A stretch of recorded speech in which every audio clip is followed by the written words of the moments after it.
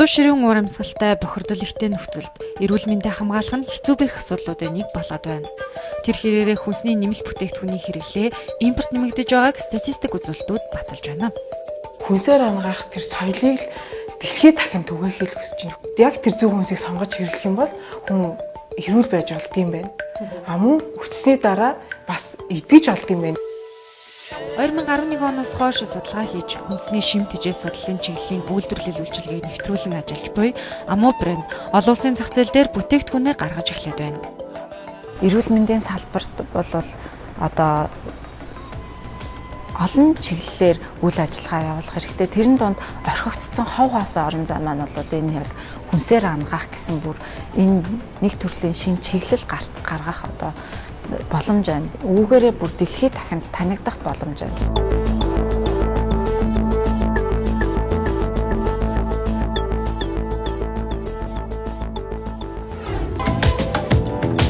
Amo брендийг үүсгэн байгуулагч найз хоёр бүсгүй өөрсдийн биеэр туулж мэдсэн туршлагаа нутагшуулж үр тариагаар өвчнийг эдгэх бизнесийн санаагаа олжээ. Хүнсээр ангаах соёлыг түгээх зорилгоор 2013 онд байгуулагдсан Amo брендийг энэ удаагийн дугаараар танилцуулж байна.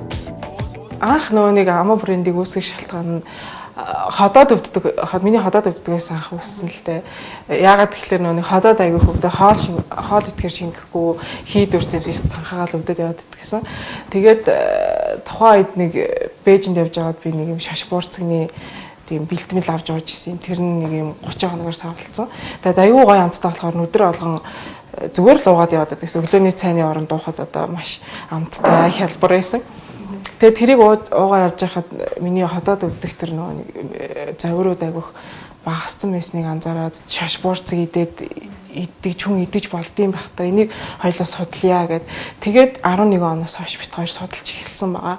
Хятадын тэр Ван гэ доктор бит хоёрт маш их тусалсан. Тэр бит хоёрын одоо энэ санааг ойлгоод өөрөө одоо 35 жил үр тариагаар судалсан одоо тийм доктор хүн өөрөө отож хүн юм байгаа. Тэгээд тэр хүн бит хоёрт одоо тусалж эртний тэр 3-4 мянган жилийн тэртээ хэрэгжилж исэн жорыг Монгол хүний бие махбодод одоо яаж таарахаар юм гэдэг баг зэрэг өөрчилж нэмээд хасах юм насаад одоо нэг анхны судалгаа санаа явагдсан байна.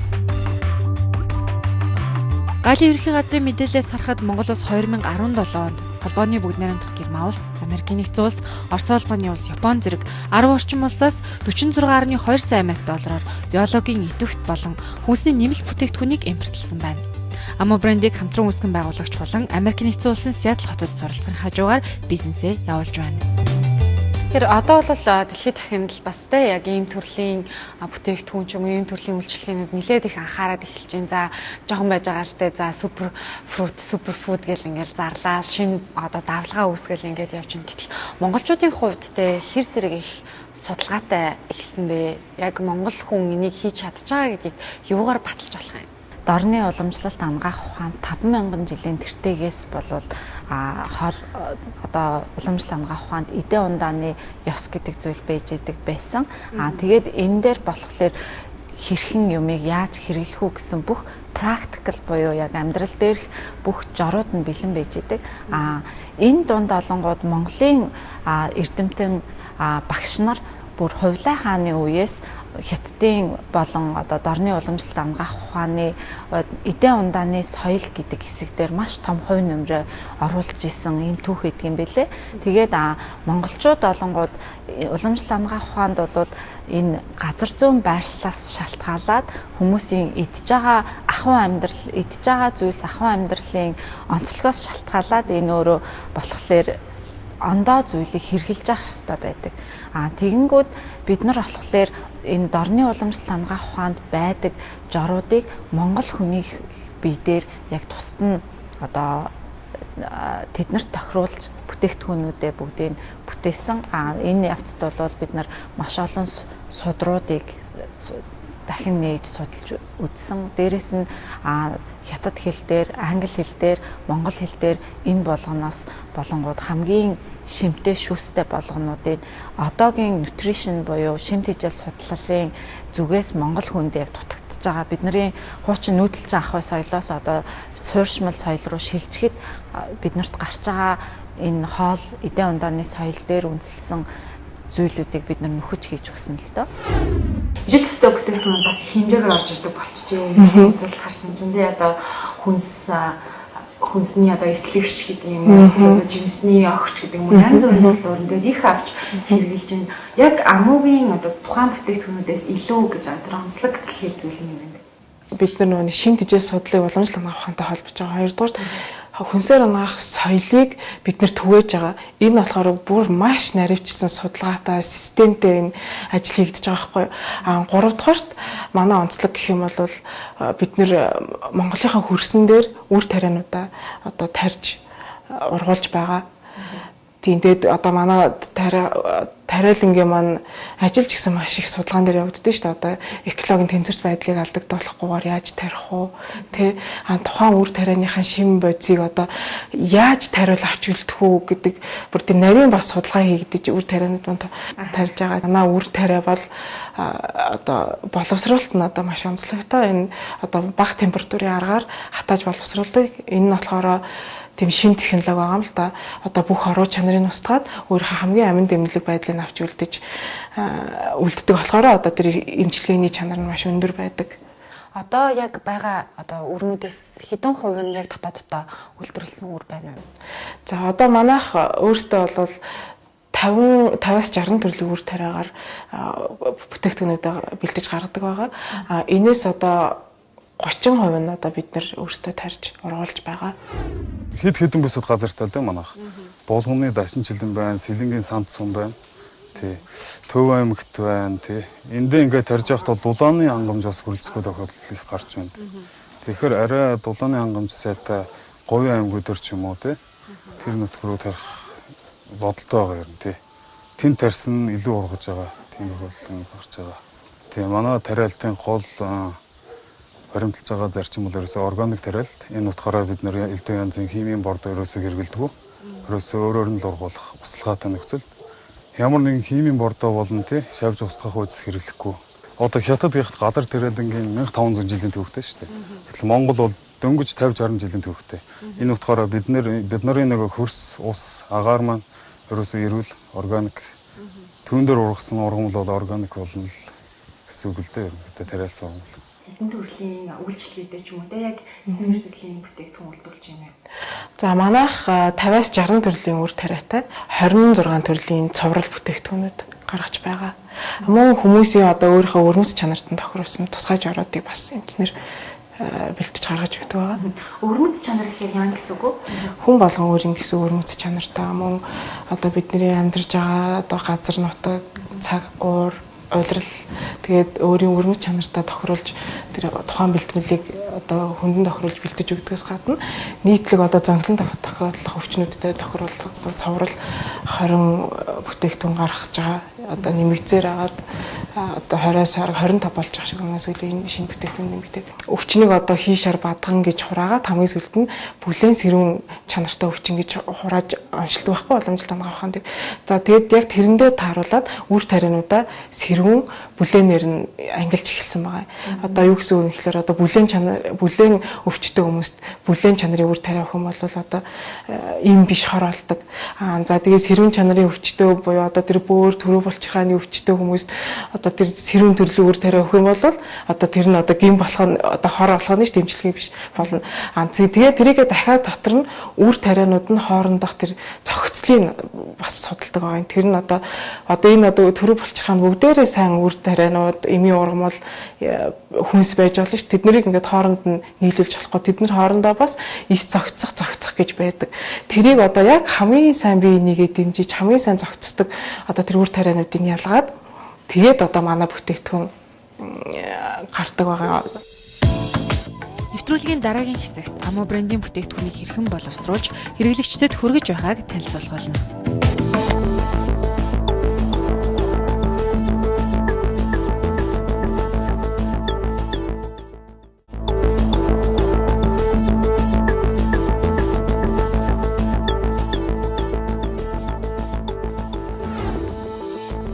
Amo брэнд нь 60 гаруй нэр төрлийн түүхийн эд үр тариагаар 26 онцгой жор бүхий бүтээгдэхүүнийг үйлдвэрлэж байна. Эмчилгээний шин чанартай хүнсний бүтээгдэхүүнийг хэрхэн үйлдвэрлэж байгааг бид сонирхлоо. Amo брендийн үйлдвэр татвар одоо хатаах төхөөрөмж байгаа. За хатаахын өмнө бас зарим нэг хүнсний ногоо орж ирдэг учраас хүнсний ногоог жижиглэх, сэврэх төхөөрөмжүүд байгаа. За бутлах, хойлох, савлах төхөөрөмжүүд байгаа. Савлж хойлдог одоо төхөөрөмж нь болохоор хоёр хэсэгт ажиллаж байгаа. Нэг нь агуулгаас түүхийд хөдөө авах хэсэгт бол жинлэж буталдаг, шууд одоо савлагддаг хэсэг байгаа. Нөгөөх нь босруулалтын дараа өөрөө хатаагаад босруулсны дараа бутлаа савладаг юм хоёр үндсэн шугамтай байгаа. Энэ дээр хамгийн чухал нь органик гэдэг зүйлийг ярьж байна. Ер нь яг органик бүтээгдэхүүн гэж юу хэлээд байна? Бид нар ямар чанарыг нь илүү сайн таньж мэдэх ёстой юм бол? Тийм, ер нь хүн төрөлхтөн үүссэн цагаас хойш байгалийн гаралтай бүтээгдэхүүн идчихсэн. Гэтэл үйлдвэр одоо нэг хүн ам өсгөхөөр үйлдвэр бий болоод их хүн амыг одоо хүнсний нөгөө бэлэн бүтээгдэхүүнээр хангаж гисэн. Гэтэл энэ явцад юу үүссэн гэхээр янз бүрийн одоо нөгөө хоол босруулах зам эрхтний өвчлүүд үүсэн. Энэ яагаад үүсдэг вэ гэхээр нөгөө үйлдвэрийн бүтээгдэхүүнүүд маань хадгалт даахгүй байх, доторх агуулмжаа алдах, эсрэгдэх, өөрчлөгдөх ийм явцууд нь хүмүүсийн биед одоо шинэ өөрчлөлтүүд өгöd ирсэн. Тэгэхээр энэ бүтээгдэхүүний түүхийдэд нь одоо органик байх хэвээр үйлдвэр нь органик байх хэвээр гэсэн энэ хандлага бол дэлхийн нийтийн хандлага болсон. Органик тариалттай түүхийдэг аваад органикаар босруулах гэсэн зүйл байгаа. Органик тариалт гэдэг нь болохоор одоо бид нар химийн бордоогоор борцсон үр тариа будаа иддэг болоод сүүлийн одоо 5 жил болоод дэлхийд даяар болоод ургамлаар хөрсийг бордож байгаа. Азот, калий, фосфороор бордохоо болоод ихэвчлэн ургамлаар бордоод тэгээд тэр борцсон өрсөндөө бол буцаагаад одоо нөгөө үйлдвэрийн гэх гэж байгаа түүхийдээ тариалаад ингээд бас хоёр дахь шат нь болохоор үйлдвэрт орж ирснийхэн дараа тэрний агуулмжийг алдахгүй байх хичнээн хөдөлмөр зарцуулж маш их одоо хугацаа зарцуулж авсан өндөр өртөгтэй тэр органик түүхийдээ органик аргаар босруулна гэж байгаа. Тэр нь болохоор бас одоо судлагдчихээр түүхий дулган дээр өөрөлдөл үйлдвэрийн дамжлага урд нь нэг л гормоор ажиллаад бүх бүтээгдэхүүнийг босруулдаг гэсэн бол одоо бол түүхий дулгандаа өөр горим баримталдаг болсныг органик гэдэг байгаа. Одоо яг Amo брендийн энэ бүтээгдэхүүнийг зүгээр ингээд дэлгүүрээс ч юм уу авч байгаа тэр бүтээгдэхүүнтэй харьцуулаад үзвэл яг юугаараа ялгаатай гэсэн үг үү? Илүү энд нь нөгөө цөөхөн үйлдэлтэй тоног төхөөрөмжөд ашиглаж байгаа бага оврын хурдан одоо горимын тохируулж олох одоо өөрөөр хатаалтын горим гэхэд бид нар бол тэн син сентрээ одоо сольж олох тийм одоо энгийн ажиллагаатай тоног төхөөрөмж ашиглаж байгаа. Хэрвээ одоо иж бүр автомат туршлагатай шугам байх юм бол мэдээж одоо халдвар гэдэг юм уу үйлдвэрийн аюулгүй байдлын тэр талаасаа болоо сайн бүтээмж өндөртэй гэхдээ бидний хувьд өнөөдөр ловон хатаагаад 3 өөр горимоор хатах шаардлага гарч байгаа байхгүй. Тэгэхээр 3 өөр хэрэглэгчийн 3 өөр агуулмжийг гаргахын тулд бид нар бас нөгөө горимын дээрээ ажиллах болно. Тэр горимыг одоо нөгөө нөхцөлдүүлж бий болгож байгаа тэр и тангууд дээр бас тохируулга хийх болж идэх. Үргэлжлэл тохируулга нь тэгтээ гар ажиллагаа бас орно. Гар ажиллагаа бол мэдээж одоо он сар 50-аас өсвөлээ тэгээд дараа нь бол гарсан бүтээгдэхүүн болгон болоод тоног төхөөрөмжөөс гарангуут нь эцсийн бүтээгдэхүүнгээс савлдаггүй байхгүй. Нөгөө нэг юу органик үйлдвэр ягаад гэвэл тэнд дандаа нөгөө чанарын удирдлага явуулж байгаа учраас бүгдийг ангилжээж хамгийн одоо нөгөө нэг юу гологдол багтай хэсгүүдээ ялгаж одоо савлдаг. Тэгэхээр тэнд энэ шин чанарыг ангилахын тулд гар ажиллагаа явуулж байгаа. Одоо бүрэн хүчин шалгаараа ажиллах юм бол хэдийн хэмжээний бүтээмжтэй байх боломжтой вэ? Ер нь бол өдөрт гаргаж байгаа нөгөө жорынхоо төрлөөс хамаардаг. Энд Монгол уламжлалт хангахын эмч үзээд жор бичдэг учраас тэр нөгөө хольцууд нь өөрөөр болчихж байгаа. Ер нь бүрэн хүчин чадлаараа ажиллахад өдөрт бол нэг 50 орчим хэрэглэгчийн одоо жорыг өнөө босруулна. Хамгийн гол нь бүтээгдэхүүнээ удаан хадгалахгүйгээр шууд одоо хэрэглэгчтэй хүргэж өгөх хэлбэрээр зохион байгуулагдсан үйлдвэр болохоор яг тэрэнд нь тохируулж босруулалтаа хийдэг. Amo брэнд үйлчилгээний 5 салбартаа уламжлалт ангаах ухааны мэрэгжлийн эмч нарыг ажиллуулж байна. 2018 оны эхний улирлын байдлаар дотоодод 25 мянган хэрэглэгчтэйгээс 60% нь байнгын буюу тогтмол хэрэглэгчид байна.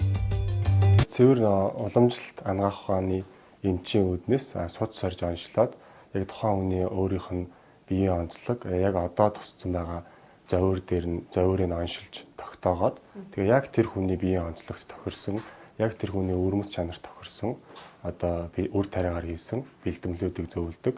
За давхар одоо энэ юу зөв хооллолтын зөвлөгөөг нэмж өгснөөрөө одоо манай эмчилгээ илүү үр дүнтэй сайн болдог. Урт хугацааны эмчилгээ олж өгч чаддаг байна. Боловсон хүчнээ яаж бэлтэж байна вэ? Жишээ нь одоо nutritionist гэж ярьдаг шүү дээ. Яг ийм төрлийн мэрэгчлэлтэй хүмүүс манад хэд байдгийг одоо тэр хүмүүс маань хэр хэмжээнд ажиллах чадвартай байгаа. Зарим тохиолдолд одоо салбар нь боловсон хүчнээсээ төрүүлж хөгжөөд тэнцээ одоо ажиллах хэвээр хүмүүсээ компани өөрөө бэлдэх, сургах тийм талууд харагдаад байдаг л та.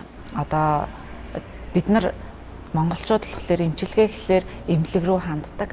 Шимт хижээл судлал гэдэг маань болохоор ихэвчлэн хоол зүйч нар тал руугаа яваад байгаа. Энэ дунд нь нутришнист буюу яг энэ хоол зүйн чиглэлээр эмчилгээний хоол зүйн чиглэлээр ажиллаж байгаа туршлагатай хүмүүс цөөхөн байгаа л да.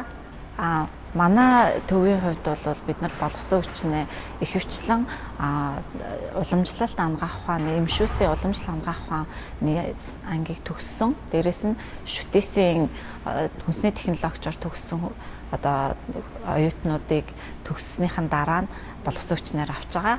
Яагаад гэвэл өөрөө одоо яг шимт хижээл судлалаар төгссөн боловсон хүчин маань бол яг эмч биш болохоор эмчилгээний чиглэлээр ажиллахад нэлээд дутагдaltaй байдаг.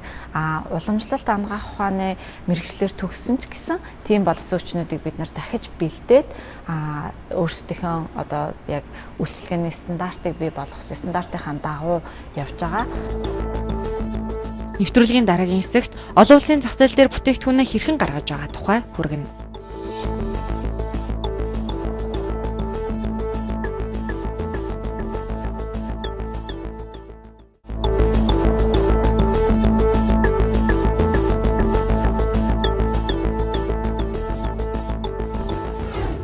Монголын хүн амын 96.4% нь жимс ногооны хэрэглээ 5.1-ээс бага буюу Дэлхийн эрүүл мэндийн байгууллагын зөвлөсөн хэмжээнээс бага хэмжээгээр авч байна.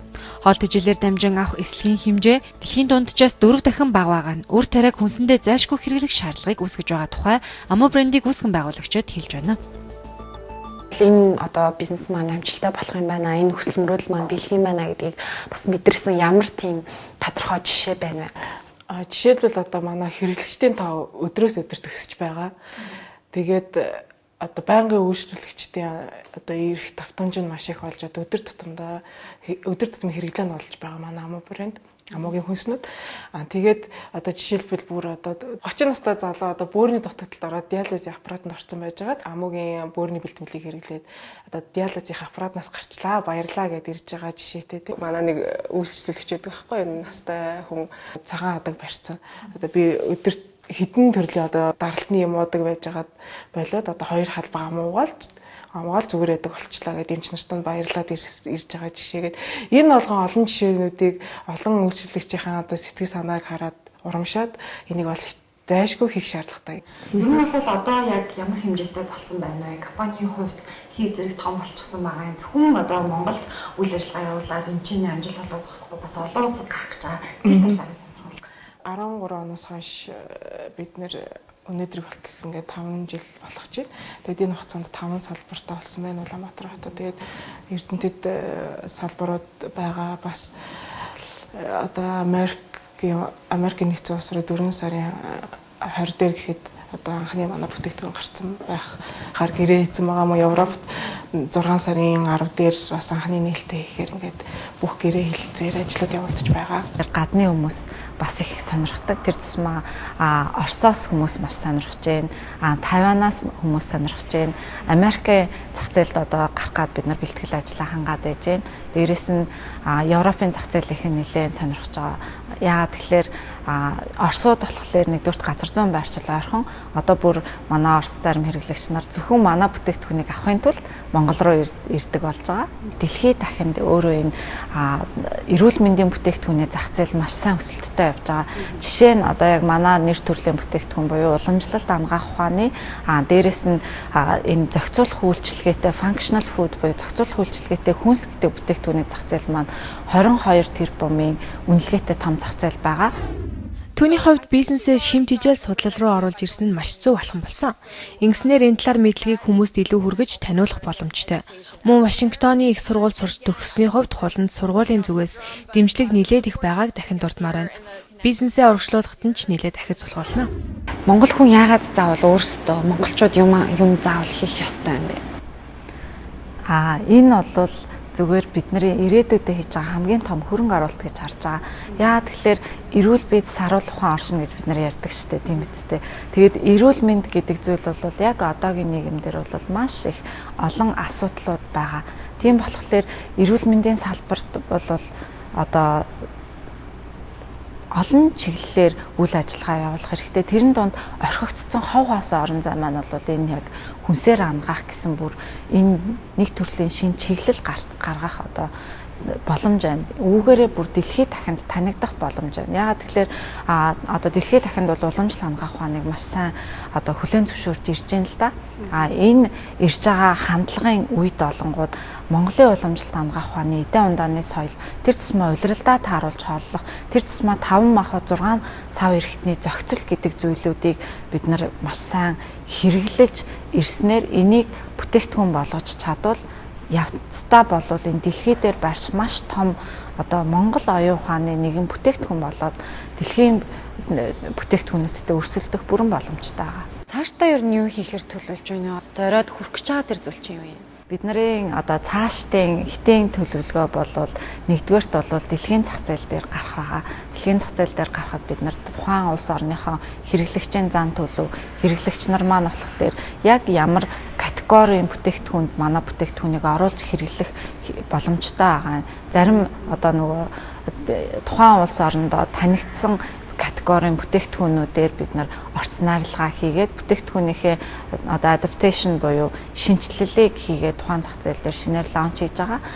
Дээрэс нь одоо эхний 5 жилдээ бол бид нар дор хаяж 5-аас 10 улсад шинээр бүтээгдэхүүнүүдээ бий болгоод дистрибьютороо хөгжүүлээд явах төлөвлөгөөтэй байгаа. Мөн одоо яг Монгол уламжлалт хэв маягийг шингээсэн тийм хооллоор суйлдаг, хүнсээр суйлдаг амралтын газрыг байгуулах хэтийн төлөвлөгөөтэй явж байгаа.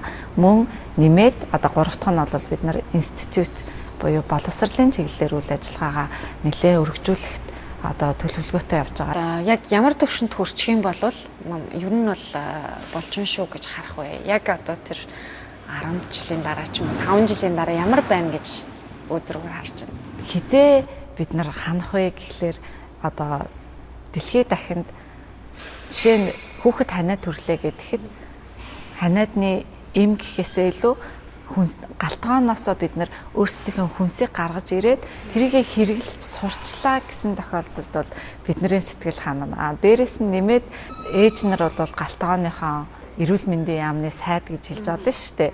Тэр ээж нар маань одоо хүнсээрээ өдөр тутмынхаа гарч байгаа жижиг одоо асуудлуудыг шийдэж чаддаг болчих. Энэ боловсролыг бид нар энэ бүтээгдэхүүн үйлчилгээгээрээ дамжуулаад хүргэж чадвал энэ бол маш том контент, дээрээс нь маш том хөрөнгө оруулалт, маш том дэлхийн байгаль орчиндөө үзүүлж байгаа одоо бидний зүгээс хийж чадах хүчин чармаалт гэж харж байгаа. За их баярлалаа. Амжилт хүсье.